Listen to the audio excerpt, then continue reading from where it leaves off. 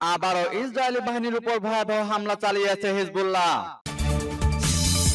আরো বিস্তারিত জানিয়ে দিব। এদিকে লোহিত সাগরে মার্কিন জাহাজে ভয়াবহ ক্ষেপণাস্ত্র হামলা হুতি বিদ্রোহীদের। এবার মিয়ানমারে কোণঠাসা জান্তা বাহিনী দাবি রিপোর্টে। এদিকে জাবালিয়া থেকে ইসরায়েলি সেনা প্রত্যাহার। আরো জানিয়ে দিব, এবার জাতিসংঘে ইরানের শহীদ প্রেসিডেন্টকে সম্মান প্রদর্শন। এদিকে গাজায় যুদ্ধ বন্ধে ইসরায়েলের নতুন প্রস্তাব মেনে নেওয়ার আহ্বান বাইডেনের।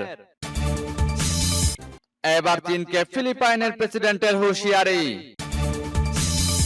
এবং সর্বশেষে জানিয়ে দিব, এদিকে পশ্চিমাদের সঙ্গে রাশিয়ার সর্বাত্মক যুদ্ধ শুরু হতে পারে, হুঁশিয়ারি মেদভেদেবের। শুনছিলেন সংবাদ শিরোনাম, এখন বিস্তারিত। তবে তার আগে অনুরোধ থাকবে, এই ভিডিওতে একটি লাইক দিন এবং কমেন্টস করে জানিয়ে দিন আপনি কোন জেলা থেকে বা কোথায় থেকে আমাদের সাথে যুক্ত রয়েছেন। এবং সংবাদের সর্বশেষ গুরুত্বপূর্ণ আপডেট পেতে চ্যানেলটি সাবস্ক্রাইব করে আমাদের সঙ্গেই থাকুন। আবারও ইসরায়েলি বাহিনীর উপর ভয়াবহ হামলা চালিয়েছে হিজবুল্লাহ। ইসরায়েলি সামরিক বাহিনীর বিভিন্ন সামরিক অবস্থান লক্ষ্য করে হামলা চালানোর দাবি করেছে লেবাননের সশস্ত্র গোষ্ঠী হিজবুল্লাহ। গোষ্ঠীটির দাবি, তারা ইসরায়েলি বাহিনীর দুটি সেনা জমায়েতকে লক্ষ্যবস্তু করেছে। হিজবুল্লাহ জানিয়েছে, তাদের যোদ্ধারা ক্ষেপণাস্ত্র ও কামানের গোলা ব্যবহার করে ইসরায়েলি সেনাদের কয়েকটি অবস্থানে হামলা চালায়। গাজার বাসিন্দাদের উপর চলমান ইসরায়েলি আগ্রাসনের প্রতিবাদেই এই হামলা চালানো হয়েছে। এক বিবৃতিতে গোষ্ঠীটি জানিয়েছে, জাল আল আলাম সামরিক ঘাঁটিতে ইসরায়েলি সেনাদের জমায়েত লক্ষ্য করে তারা হামলা চালায়। এছাড়াও আদা থেরেও তারা একটি সামরিক অবস্থানকে লক্ষ্যবস্তু করে। রামথা ও জেবদিনে ইসরায়েলি সামরিক অবস্থানে রকেট ব্যবহার করে হামলা চালানোর দাবি করেছে হিজবুল্লাহ। একই হামলার ধারাবাহিকতায় লেবাননের প্রতিরোধ গোষ্ঠীটি ইসরায়েলের জারাইত সেনাঘাঁটিকেও লক্ষ্যবস্তু করে।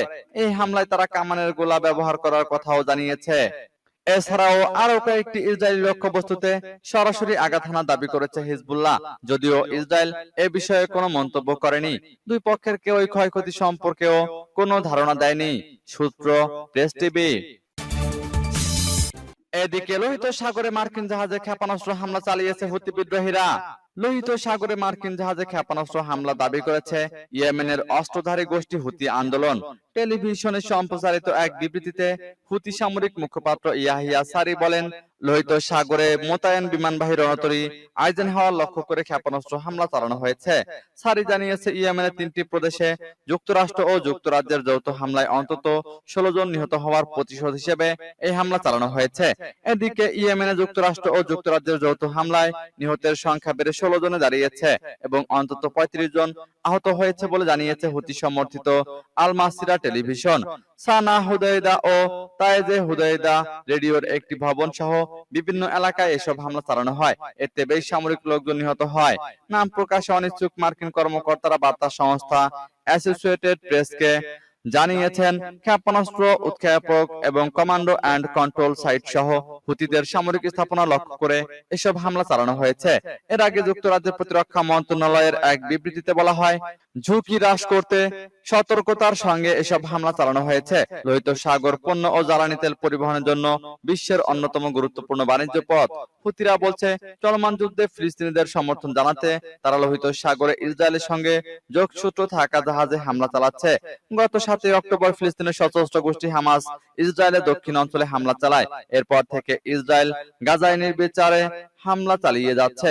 ইসরায়েলের দাবি, হামাসের পেছনে ইন্ধন জুগিয়েছে ইরান, তবে ইরান এমন অভিযোগ অস্বীকার করেছে, সূত্র আল জাজিরার।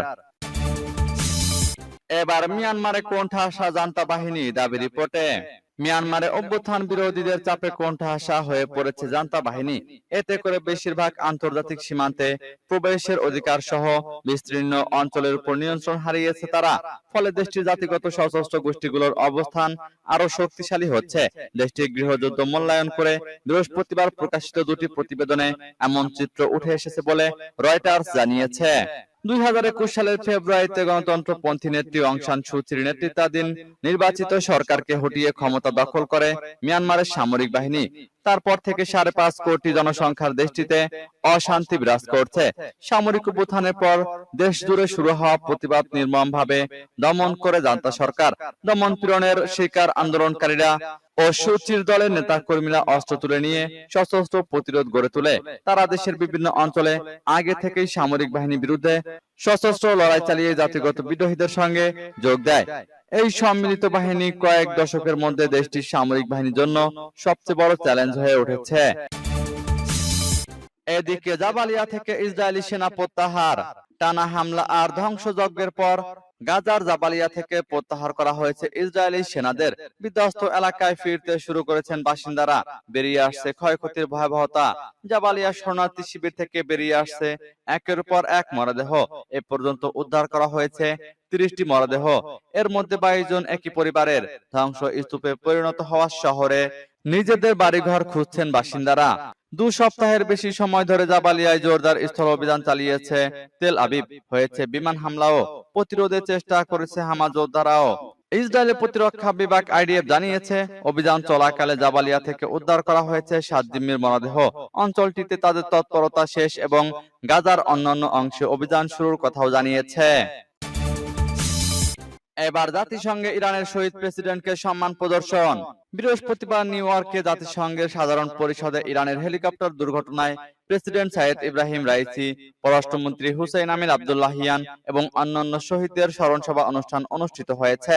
বিশ্বের বিভিন্ন দেশের প্রতিনিধি এবং জাতিসংঘের মহাসচিব অ্যান্টনিও গুতেরেসের উপস্থিতিতে এই অনুষ্ঠানে অংশগ্রহণকারীরা ইরানের শহীদদের প্রতি শ্রদ্ধা জানিয়ে 1 মিনিট নীরবতা পালন করেন।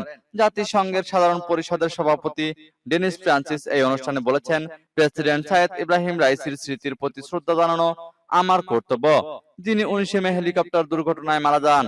জাতিসংঘের মহাসচিব অ্যান্টনিও গুতেরেস ইরানের হেলিকপ্টার দুর্ঘটনায় প্রেসিডেন্ট, পররাষ্ট্রমন্ত্রী এবং অন্যান্য শহীদদের প্রতি স্মরণ অনুষ্ঠানে বলেছেন, ইব্রাহিম রাইসি দেশ ও অঞ্চলের জন্য অত্যন্ত কঠিন সময়ে ইরানের নেতৃত্ব দিয়েছেন। এছাড়া জোট নিরপেক্ষ আন্দোলনের দেশগুলোর প্রতিনিধিরাও এই অনুষ্ঠানে ইরানের সরকার ও জনগণের প্রতি তাদের সহানুভূতি প্রকাশ করে বলেছেন, ইরানের শহীদ প্রেসিডেন্ট ও পররাষ্ট্রমন্ত্রী জোট নিরপেক্ষ আন্দোলনের দেশগুলোর সঙ্গে সহযোগিতা জোরদার করার ক্ষেত্রে কার্যকর ভূমিকা পালন করেছিলেন। এদিকে গাজায় যুদ্ধ বন্ধে ইসরায়েলের নতুন প্রস্তাব মেনে নেওয়ার আহ্বান বাইডেনের। ফিলিস্তিনের গাজায় যুদ্ধ বন্ধে ইসরায়েলের নতুন প্রস্তাব মেনে নিতে হামাসের প্রতি আহ্বান জানিয়েছেন যুক্তরাষ্ট্রের প্রেসিডেন্ট জো বাইডেন। স্থানীয় সময় শুক্রবার হোয়াইট হাউসে সাংবাদিকদের সঙ্গে আলাপে বাইডেন এই আহ্বান জানান। খবর রয়টার্সের। মার্কিন প্রেসিডেন্ট বলেন, 3 পর্যায়ের নতুন এ প্রস্তাবে গাজায় পুরোপুরি যুদ্ধবিরতি কার্যকরের সুযোগ রয়েছে। এখন সিদ্ধান্ত নেওয়ার সময় এসেছে। হামাসের উদ্দেশ্যে বাইডেন বলেন, হামাস সবসময় বলে থাকে তারা যুদ্ধবিরতি চায়। এখন হামাসের সামনে প্রমাণ করার সুযোগ এসেছে যে তারা আসলে এটা চায় কিনা। প্রসঙ্গত, হামাস যদি সব জিম্মিকে মুক্তি দেয়, তবে গাজা ইস্যুতে শান্তি চুক্তিতে আসার বিষয়টি বিবেচনা করবে ইসরায়েল। ইসরায়েল জানিয়েছে, সবার আগে জিম্মিদের মুক্তি দিতে হবে। যদি তা না হয়, গাজায় অভিযান থামবে না, কোনো চুক্তিও হবে না। এর আগে বৃহস্পতিবার একটি বিবৃতি দিয়েছে হামাসের এক নেতা। তিনি বলেন, গাজায় যুদ্ধবিরতি সংক্রান্ত আর কোনো আলোচনায় অংশ নিতে রাজি নয় তারা। তবে ইসরায়েল যদি গাজায় সামরিক অভিযান বন্ধ করে, তাহলে সব জিম্মিকে ছেড়ে দেওয়ার পাশাপাশি স্থায়ী শান্তি চুক্তির জন্য সম্পূর্ণ প্রস্তুত রয়েছে গোষ্ঠীটি। এবার চীনকে ফিলিপাইনের প্রেসিডেন্টের হুঁশিয়ারি। দক্ষিণ চীন সাগরে রেড লাইন অতিক্রম না করার জন্য চীনকে সতর্ক করেছেন ফিলিপাইনের প্রেসিডেন্ট ফার্ডিনান্দো মার্কোস জুনিয়র। আজ শনিবার বিবিসির অনলাইন এক প্রতিবেদনে এই তথ্য জানানো হয়েছে। ফার্ডিনান্দো মার্কোস বলেছেন, চীনের ইচ্ছাকৃত পদক্ষেপের কারণে যদি ফিলিপাইনের কোনো নাগরিকের মৃত্যু হয়, তাহলে ফিলিপাইন এটিকে যুদ্ধের একটি কাজের কাছাকাছি হিসেবে বিবেচনা করবে। সেই সঙ্গে এর জবাব দেবে ফিলিপাইন। সিঙ্গাপুরে এক নিরাপত্তা সামিটে এমন মন্তব্য করেছেন মার্কোস। সেই ফোরামে বিশ্বের বিভিন্ন দেশের প্রতিরক্ষা প্রধানরা অংশ নিয়েছেন, যার মধ্যে যুক্তরাষ্ট্র এবং চীনের প্রতিনিধিরাও আছেন। ফিলিপাইনের প্রেসিডেন্টের এমন মন্তব্যের জবাবে একজন চীনা সামরিক মুখপাত্র ফিলিপাইনের বিরুদ্ধে চীনের উপর দোষারোপ ও আক্রমণ করার অভিযোগ এনেছেন। দক্ষিণ চীন সাগরের ভূখণ্ড নিয়ে দীর্ঘদিন ধরে চীন ও ফিলিপাইনের মধ্যে অচল অবস্থা চলছে। তবে সাম্প্রতিক মাসগুলোতে দুই দেশের মধ্যে এই অচল অবস্থা সংঘর্ষ পর্যায়ে গেছে। ম্যানিলার পক্ষ থেকে অভিযোগ করা হয়েছে চীনা নজরদারি জাহাজ ফিলিপাইনের নৌকা ও জাহাজের উপর জলকামান দিয়ে হামলা চালিয়েছে। তবে বেজিং এর পক্ষ থেকে বলা হয়েছে তারা তাদের ভূখণ্ডের সার্বভৌমত্বকে রক্ষা করছে। এদিকে পশ্চিমাদের সঙ্গে রাশিয়ার সর্বাত্মক যুদ্ধ শুরু হতে পারে, সতর্কবার্তা মেদভেদেবের। রাশিয়ার সাবেক প্রেসিডেন্ট এবং দেশটির জাতীয় নিরাপত্তা পরিষদের বর্তমান উপপ্রধান দিমিত্রি মেদভেদেব বলেছেন ইউক্রেন ইস্যুতে পশ্চিমাদের সঙ্গে রাশিয়ার সর্বাত্মক যুদ্ধ শুরু হতে পারে।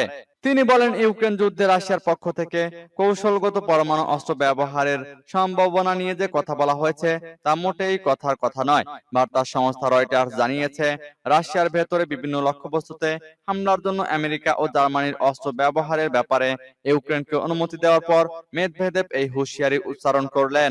তিনি বলেন পশ্চিমাদের সরবরাহ করা যে সমস্ত দীর্ঘপাল্লার অস্ত্র ইউক্রেন ব্যবহার করছে রাশিয়া মনে করে তা ন্যাটো সামরিক জোটভুক্ত দেশগুলোর সেনারাই নিয়ন্ত্রণ করছে।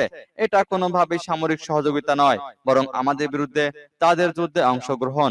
মেদভেদেব সুস্পষ্ট করে বলেন রাশিয়ার ভেতরে হামলা চালানোর জন্য দীর্ঘপাল্লার অস্ত্র ও গোলাবারুদ ব্যবহারে ইউক্রেনকে অনুমতি দিয়ে পশ্চিমা দেশগুলো মূলত চলমান যুদ্ধকে চূড়ান্ত ধাপে নিয়ে গেছে। কেউ এখন আর এই চূড়ান্ত ধাপের যুদ্ধের সম্ভাবনা উড়িয়ে দিতে পারবে না। এই অবস্থায় পশ্চিমাদের কেউ যদি এটা ভাবে যে রাশিয়া কৌশলগত পরমাণু অস্ত্র ব্যবহার করবে না, তাহলে সেটা হবে মারাত্মক ভুল। মেদভেদেব বলেন এটা ভয় দেখানো নয়, ধাপ্পাবাজিও নয়।